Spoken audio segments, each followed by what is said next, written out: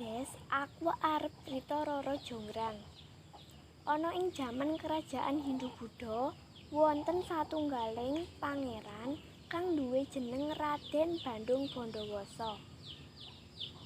Panjenenganipun nun inggih putra saking Raja Pengging Prabu Damarmaya.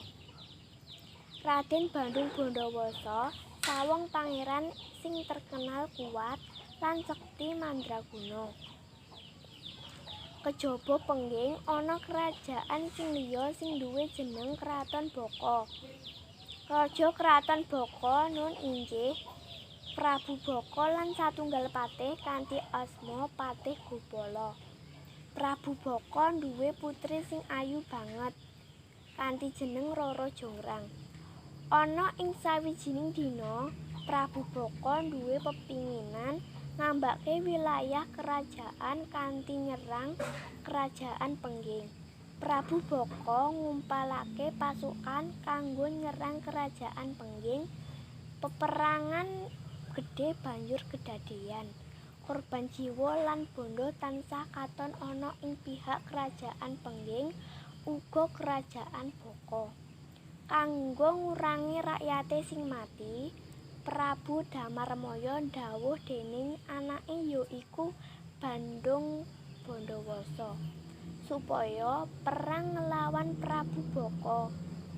Merga kekuatan lan kesektian saka Raden Bandung Bandawasa, Prabu Baka banjur bisa dikalahake nganti tekan patine. Krungu Prabu Baka mati, Patih Gopala dawuh marang pasukane kanggo mundur saka kerajaan Pengging mlayu menyang Kraton Baka. Raden Bandung Bandawasa kang ngerteni yen prajurit saka kerajaan Baka mundur banjur ngoyak Patih Gopala lan pasukan sing mlayu menyang Kraton Baka. Patih Gopala sing ketok dhisik dhewe ana kraton nemoni Roro Jonggrang lan ngandhani menawi Prabu Baka wis mati ning tangan Raden Bandung Bandawasa. Ora suwe banjur Raden Bandung Bandawasa dugi ing Kraton Baka. Pas dheweke lagi goleki Patih Gopala ning jero istana, dheweke ketemu karo anak Prabu Baka ya iku Roro Jonggrang. Amarga ayune Roro Jonggrang, Raden Bandung Bandawasa langsung katresnan marang piyambake lan njaluk kanggo bebatihan, ananging Roro Jonggrang ora gelem amarga dheweke ngerti menawi Raden Bandung Bandawasa sing wis mateni bapake. Kanggo nolak lamaran Raden Bandung Bandawasa, Roro Jonggrang menehake syarat yen Raden Bandung Bandawasa pengen ngrabeni piyambake.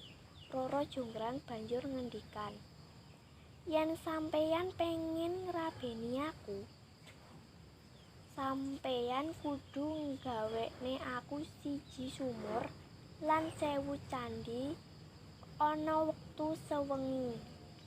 Panjaluk pancen mustahil dilakoni. Ananging Raden Bandung Bandawasa nyaguhi penjaluk saka Roro Jonggrang kasebut. Piyambake banjur nggawe sumur sing saiki dikenal kanthi jeneng Jalatundha lan nggawe 1000 candhi kanthi njaluk bantuan para lelembut kanggo mbangun candhi kasebut. Terima kasih. Wassalamualaikum warahmatullahi wabarakatuh.